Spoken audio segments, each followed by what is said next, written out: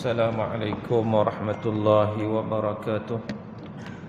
A'udzu billahi minasyaitonir rajim. Bismillahirrahmanirrahim.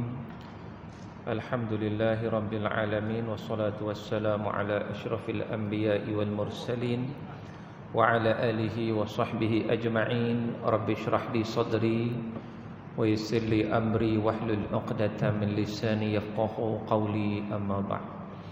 Sidang Jumaat yang dirahmati Allah Subhanahu wa taala sekalian, alhamdulillah, sama-sama kita panjatkan kesyukuran kita kepada Allah Subhanahu wa taala kerana pada tengah hari ini kita dapat bersama-sama menghadirkan diri kita ke masjid ini untuk solat Jumaat terakhir tahun 2021, dan esok dah tahun baru 2022. Jadi moga-moga kita dapat muhasabahlah pada Jumaat terakhir tahun ini. Dah kita nak meningkat satu lagi umur kita tahun depan. Jadi dalam masa 25 minit insya-Allah sebelum masuknya waktu Jumaat hari ini pukul 1.20 atau 1.19. Jadi kita ambil kesempatan tu untuk kita berada dalam majlis ilmu, untuk kita saling ingat mengingati di antara satu sama lain, sebagaimana firman Allah, wa dzakir fa inna dzikra tanfa'ul mu'minin, berilah peringatan kerana sesungguhnya peringatan itu memberi manfaat kepada orang yang beriman. Dan macam biasa tuan-tuan, dulu dalam kuliah tazkirah Jumaat kita saya buka soalan, dan tengah hari ini juga saya buka soalan. Kalau siapa-siapa nak tanya apa, anda boleh tanya. Sembang santai kita tengah hari ini fokus kepada soal jawab. Jadi apa-apa soalan yang nak ditanya, anda boleh WhatsApp kepada saya di talian 019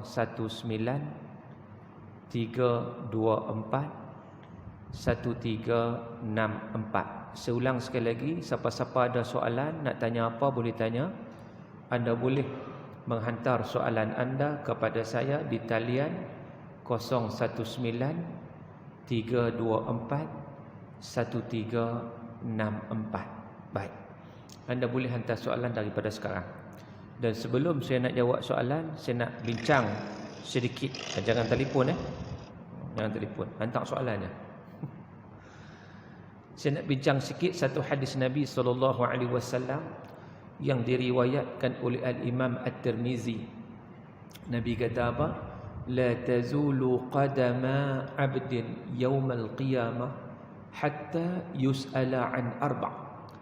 Tidak berganjak dua kaki anak Adam di hari akhirat kelak, sehingga dia akan ditanya tentang 4 perkara.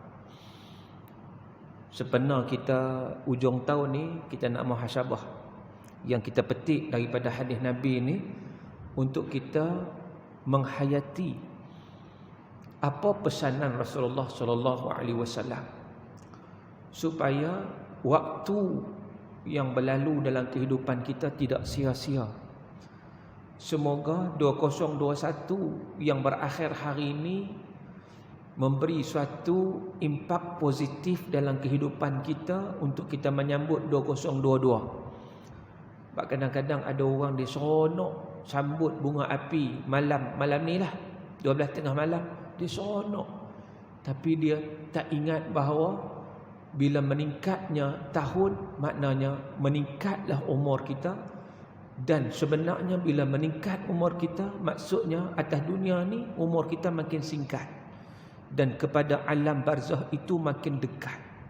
Itu yang kadang-kadang orang tak perasan. Orang seronok dengan bunga api, bukan masalah dia seronok-seronoklah, tak apa.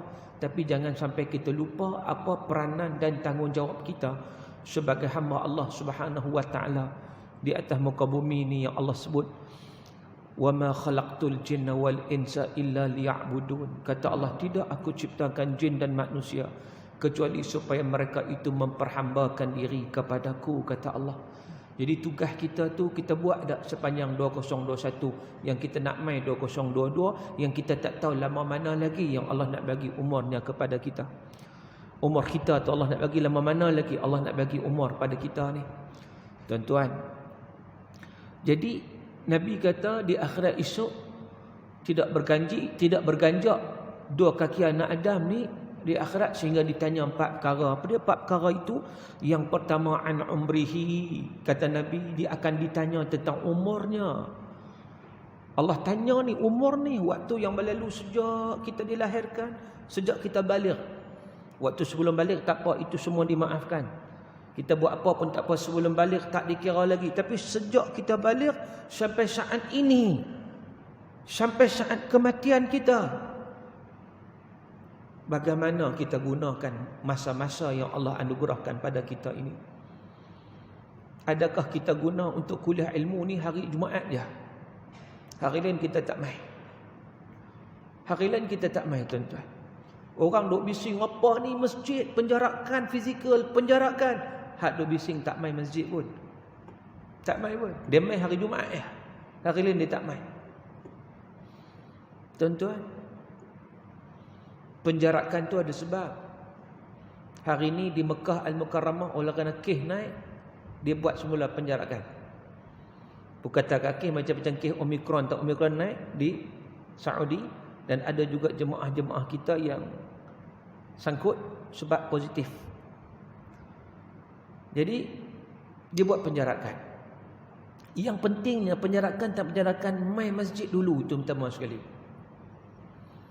Mai masjid dulu. Bila mana ruang dibuka, jangan sampai waktu masjid tutup, duk tepuk dahi. Waktu buka tak mai. Mai hari Jumaat dah tak cukup. Ibadat pada Allah bukan hari Jumaat saja. Kita bukan Kristian, tuan-tuan. Kristian sungguhlah dia pergi gereja hari bah. Ahad kan? Hari lain dia pergi tak? Dia pergi tak hari lain, tuan-tuan? Dia tak pergi. Hari Ahad lah dia pergi. Kita jangan jadi macam tu. Jumaat je kita main masjid. Hari lain tak main. Tuan-tuan, ada kelapangan, datang. Tak ada lapang pun cari lapang, baru boleh datang. Begitu. Kecuali uzur sangat buat macam mana kan. Jadi Allah Ta'ala akan tanya umur kita. Itu yang pertama, soalan pertama. Soalan kedua, wa'an jasadihi, tentang anggota tubuh badan dia. Allah akan tanya ni, mata kita buat apa, telinga kita buat apa, tangan kita buat apa, kaki kita buat apa. Semuanya akan dipersoalkan oleh Allah Subhanahu wa taala. Itu nombor 2. Nombor 3, an ilmihi fima fa'al. Ilmu hak dia belajar, dia buat ke tak buat, dia amal ke tak amal. Kita belajar, tuan-tuan, ilmu, kita ada ilmu, alhamdulillah sikit banyak kita ada. Persoalan amal ke tidak? Kata Al-Imam Al-Ghazali rahimahullah, Imam Ghazali kata, semua orang akan binasa kecuali orang yang berilmu. Kata Imam Ghazali, nombor 1, orang tak berilmu dia akan binasa. So, semua orang binasa kecuali orang berilmu. 1. Dan semua orang berilmu akan binasa kecuali orang yang beramal. Maknanya, ilmu saja tak cukup, kena amal. Tak cukup sekadar itu, kata Imam Ghazali, semua orang beramal juga akan binasa kecuali orang yang dalam amalannya dia ikhlas kepada Allah Subhanahu wa taala. Jadi ini yang kita nak fokuskan. Bagaimana amalan kita dan bagaimana keikhlasan amalan kita kepada Allah Azza wa Jalla. Itu soalan yang ketiga. Dan soalan yang keempat akan ditanya an malihi, min aina iktasabah wa fima anfaqah. Akan ditanya tentang hartanya, daripada mana dia ambil harta tersebut, adakah sumber halal ataupun sumber haram. Sebab dalam hadis Nabi juga menyatakan akhir zaman ni orang tak peduli dah. Akhir zaman ni orang tak peduli dah daripada sumber mana yang dia ambil. Amin halal am haram, sama ada daripada sumber halal ataupun haram. Maka kita nak kena perhati satu-satu perkara tersebut. Apakah sumber kita itu sumber halal ataupun sumber yang haram. Wa fima anfaqah, ke mana kita gunakan harta kita. Untuk kata ni ada 2 soalan. Dari mana kita ambil dan ke mana kita pergunakan. Baik. Tuan-tuan yang dirahmati Allah Ta'ala sekalian, saya nak terus kepada soalan. Ustaz, saya nak tanya, wajib ke kita improve gaya hidup yang lebih tinggi? Saya rasa selesa dengan gaji 2,000 saya. Pulang lah. Untuk hidup dunia ni, kalau kita rasa cukup dah, memadai. Tak ada masalah. Kalau kita nak improve, nak bagi duit banyak pun tak apa. Kalau kita rasa cukup dah untuk kita, tak apa. Tapi kalau kita nak banyak untuk apa? Aku takat 2,000 cukup dah. Cukup. Kita nak banyak lagi boleh. Pasal untuk kita bagi ke orang. Begitulah niat kita tu. Untuk kita bagi ke orang. Untuk kita memperbanyakkan sedekah. So tak ada masalah. Untuk kita bantu orang. Untuk diri kita dah clear dah, okeylah. So itu atas kita. Assalamualaikum. Kesalam. Setahu saya, hukum menggerakkan tabung derma ketika khutbah sedang dijalankan adalah haram, tapi mengapa masih ada petugas masjid yang menggerakkan tabung ketika khutbah dijalankan? Ada beza pandangan fatwa dari sudut menggerakkan tabung masa khutbah. Ada yang kata haram, ada yang kata makruh. Tapi seeloknya kita elakkanlah. Kita gerak sekarang. Nak gerak sekarang. Sekarang tak apa lagi. Sekat saya tazkirah tak apa, geraklah. Tadi waktu khutbah tu kita fokus betul-betul. Ataupun kita letak setiap penjuru pintu tu tak tabung, besar tak tabung.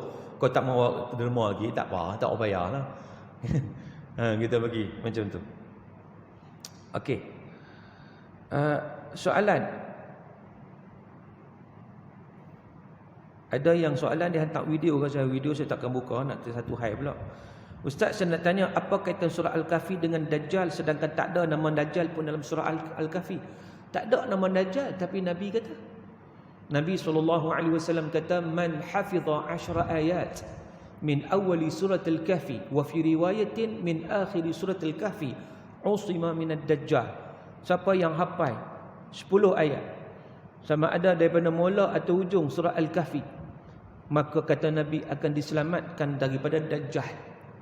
Nabi tak kata Dajjal tu dalam surah tu. Nabi kata, hang baca surah ni, hang selamat daripada Dajjal. Pasal apa? Kena telitilah apa makna surah Al-Kahfi.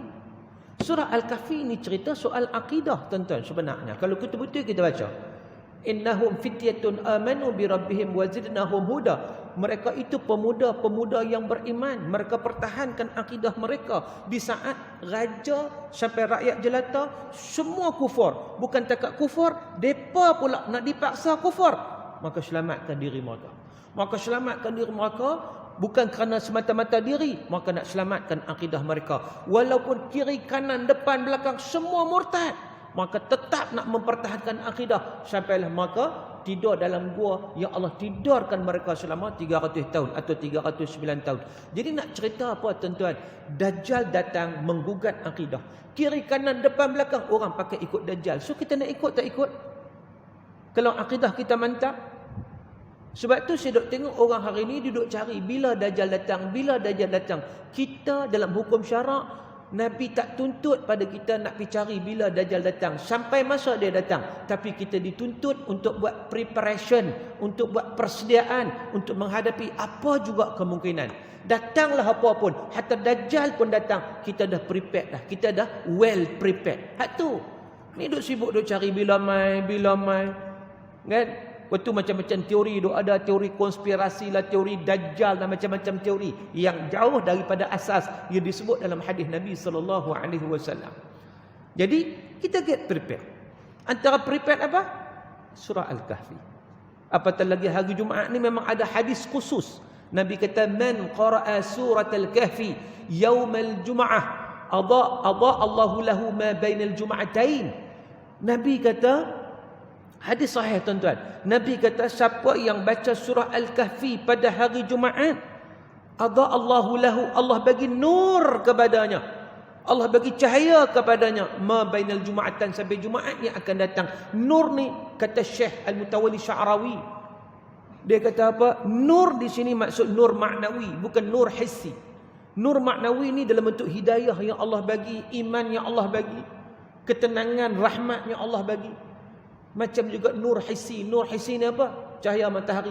Cahaya matahari itu nur hissi, nur yang kita nampak, cahaya fizikal yang kita nampak. Bila ada cahaya matahari, kita tak perlu lagi cahaya lain. Kita tak perlu lagi torchlight. Perlu ke torchlight duduk tengah-tengah panas tu? Perlu tak? Tak perlu. Ambil torchlight suluh tengah panas. Orang kata dia ni betul ke tak betul ke? Kan nampak macam tak betul. Ada ke tengah panas duk ambil torchlight duk suluh. Macam tu juga bila kita dapat nur maknawi, kita dapat rahmat Allah, kita dapat manhaj rabbani, kita tak perlu lagi manhaj yang lain. Kita dapat Islam, kita tak perlu lagi peraturan lain selain daripada Islam. Tak perlu. Hak Islam tu cukup cantik dah. Cuma nak habuan amal saja. Baca surah Kahfi tentang dan juga menghayati isi kandungan surah Al-Kahfi. Assalamualaikum Ustaz. Assalam. Apa cara yang terbaik untuk kita qada solat fardu yang kita tinggalkan? Yang pertama sekali, bila mana kita tinggalkan solat fardu hak lama-lama ni, kita pun dah menyesal, kita bertaubat pada Allah sungguh-sungguh. Jangan buat dah, jangan tinggal dah, sebab solat ni satu ibadat yang tak boleh tinggal dalam keadaan apa sekalipun. Kita tengah sakit pun kita kena solat, cuma mengikut kemampuan. Tapi dia buat macam mana? Masa zaman dulu kita ada zaman jahiliah kita kan. Kita ada zaman jahil kita, zaman kita duk merapu, zaman kita waktu tu kita tak ingat langsung, kita buat tak peduli je. Mailah ni makin berumur ni dah 2021 penghujung, 31 Disember kita dah ingat amboi, aku ni kodok lagu ni juga masalah ni. Esok lusa tatam nyawa aku tak ada, macam mana aku ni dalam keadaan semayang pun tak clear lagi. So kita bertobat sungguh-sungguh pada Allah dengan taubatan nasuha, jangan tinggal dah. Hak lepas-lepas nu kita qada sekadar mana yang kita mampu. Buat macam mana? Ikut suka. Waktu mana kita nak qada pun kita qada. Kita buatlah anggaran kita ni, kita tahulah diri kita, orang lain tak tahu. Katakan kita pernah tak sembahyang langsung 5 tahun. Kita buatlah tiap-tiap fardu kita buat satu. Tiap fardu kita buat satu. So, atau tiap fardu buat 5. Setahun habis ha. Itu atas masing-masing. Tapi yang paling penting betul-betul kita bertaubat kepada Allah Subhanahu Wa Taala. Jangan tinggal solat dah. Mudah-mudahan Allah ampunkan kita. Ustaz, macam mana nak lawan bisikan syaitan? Bisikan syaitan ni kok mana pun ada, tuan-tuan. Kok mana pun ada. Allazi yuwaswisu fi sudurin nas. Macam mana nak lawan syaitan ni? Disebut dalam kitab Al-Jihad. Cara nak jihad lawan syaitan ni, kita kena ikhlas sungguh kepada Allah Ta'ala. Kita buat sesuatu ikhlas pada Allah berdasarkan ilmu, syaitan akan kalah. Tapi kalau kita buat amalan bukan kerana Allah, tidak ikhlas sungguh-sungguh, syaitan akan menguasai kita. Satu. Yang kedua, bila syaitan duk bisik, bila kita ikhlas pada Allah, waktu tu kita tak peduli bisikan dia. Kita jangan ambil pot lah, kita kata jangan duk ikut dia. Dan kekuatan lawan ni sebenarnya dia ada kaitan dengan kekuatan iman kita. Lagi kuat iman kita, lagi kuat kita boleh lawan dia. Jadi kita perkuatkan iman kita. Dan iman kita pula nak kuat macam mana? Nak kuat dengan amal soleh. Lagi banyak kita amal soleh, lagi tinggi iman kita. Itu dia punya rentetan dia. Ustaz, saya pernah bertugas di salah satu syarikat jual arak. Allah. Syarikat jual arak memang tak boleh lah. Kalau kita totally syarikat itu jual arak 100%, on the spot kita kena berhenti. Hak lepas macam mana? Hak lepas nak baca dah lepas dah. Taubat pada Allah, cari kerja lain, kemudian banyak ke sedekah. Banyak ke sedekah. Nak cover balik benda-benda haram, wang-wang haram yang kita terima sebelum ni. Tapi kalau duduk kerja lagi, on the spot kena berhenti. Sebab apa? Sebab syarikat ni jual arak aja. Tak boleh. Dia bukan syubhat lagi dah, dia memang arak, memang haram. Walaupun kita driver sekalipun, driver lori arak pun tak boleh. Ustaz, bagaimana nak berlapang dada dalam berhadapan dengan perbezaan pendapat, terutamanya dalam hal berkaitan agama? Kalau kita ada ilmu, kita akan berlapang dada. Orang yang tak berlapang dada ni sebab tak ada ilmu. Sebab dalam Islam dia ada yang qat'i, ada yang dhanni. Ada yang tak boleh berbeza pendapat. Arak tak ada beza pendapat, halal haram. Memang haram. Tak ada beza pendapat. Tapi ada benda-benda sunat yang beza pendapat. So hak beza pendapat ni kita kena faham dalam konteks ilmunya. Hak beza pendapat ni kita kena berlapang dada. Tangan ketika solat nak tak tang ni ke, nak tak atas pusat ke, nak tahu pusat ke, ini beza pandangan ulama ijtihadi. Tak ada masalah. Kita nak letak sini letak jelah. Ni pun tengok orang bersepa duk letak lagu tu ni. Bersepa ni duk marah dia pula. Lah biar pergi kat dia lah. Dia duk mengaji lagu tu. Kita mengaji letak tang ni, letak tang ni lah. Mazhab Hanafi mengaji letak bawah tu, letak bawah tu. Hak benda lagu ni pun nak bergaduh, bila nak ambil. Sedangkan benda ni merupakan satu keluasan pada kita. Jadi punca duk bergaduh tu pasal tak ada ilmu sebenarnya. Ataupun ada ilmu tapi ilmu tak cukup. Dia buta, dia pegang gajah, dia pegang tang belalai. Oh, dia kata gajah ni macam ulang. Kita kata bukan. Dia besar dak macam ulang. Bila tak selesai. Pasal apa? Pasal dia tak nampak. Pasal apa tak nampak? Pasal dia tak pegang semua. Sebab tu nak mengaji ni nak kena mengaji bagi banyak sikit. Kan macam saya, kawan saya. Kawan saya. Dia cerita. Dia mengajak orang mengaji Quran. Ada seorang ni, dia tengah semangat belajar Quran ni kan. Dia pun pergi sembahyang belakang tu imam. Terus dia tegur tu imam. Tu imam salah baca. Kena mufarakah. Terkejut orang. Dia tegur depan-depan ni. Ni tu imam salah baca. Wih, dahsyat dia ni. Memang boleh tegur ni, bukan calan-calan orang. Saya tanya kawan saya. Ini nak murid hang kan? Dia hebat ke dia belajar Quran? Baru Iqra' 5. Baru Iqra' 5. Nak tegur orang tu hambui. Dia tak tahu kau ni baca macam mana. Wadduhi wal-laili idza saji. Apa punya baca dia marah. Dia tak tahu qiraat boleh baca. Sebab tu, hak duk beza pendapat, hak duk bergaduh-gaduh ni sebab tak ada ilmu. Perdalamkan ilmu insya-Allah, kita akan berlapang dada. Sebab tu para ulama kita tengok relax je. Tasamuh banyak. Ya? Apa hukum kita markup duit untuk beli barang? Contoh barang harga RM2 tapi kita tulis kat resit RM5. Bohong sangat-sangat pasal apa? Jangan nak bohong kan. Dosa. Dia beli RM3. Kecuali kalau kita tulis resit kena betul lah nak markup pasal apa. Kecuali kalau kita menega, kita beli barang RM3, kita jual RM5 tu tak apa. Tu bagi kita menega. Tapi kalau RM5 tulis resit RM5 pasal mana tu RM10 nak bagi dia klaim lebih lagi. Menipu nama dia. Kawan tu kata, "Han tulis RM10, aku beli RM5. Mana RM5 tu duit apa? Menipu lah. Sebab dia nak klaim bagi banyak. Tak boleh tuan-tuan. Nabi kata, "Man ghasyana falaysa minna." Siapa yang menipu dia bukan di kalangan kami. Ustaz, saya ada soalan berkenaan halal dan haram. Katakan kita pesan suatu makanan tapi bila sampai di rumah baru perasan makanan yang kita terima lain. Makanan yang diterima lebih mahal harganya. Bolehkah kita makan tersebut jarak kedai dan rumah agak jauh? Baik, kita boleh bagi tahu balik kepada orang tersebut minta halal lah. Dia pun halalkan lah insya-Allah biasanya. Kan? Bisa silap macam tu. Ustaz, adakah musibah banjir yang melanda negara kita merupakan kemurkaan Allah dan apa kita perlu kembali ke jannah Allah? Dia musibah banjir ni dia berlaku selalu tuan-tuan, selalu. Adakah dia menunjukkan kemurkaan Allah? Tidak. Sebab tu kata Syekh Radhawi, dia kata sesuatu musibah pada kita ada 3. Kita kena ingat 3. Sebab kalau kita kata semua musibah ni kemurkaan Allah Ta'ala. Para Nabi dapat musibah. Ujian-ujian yang pelbagai. Adakah mereka dapat musibah? Tidak.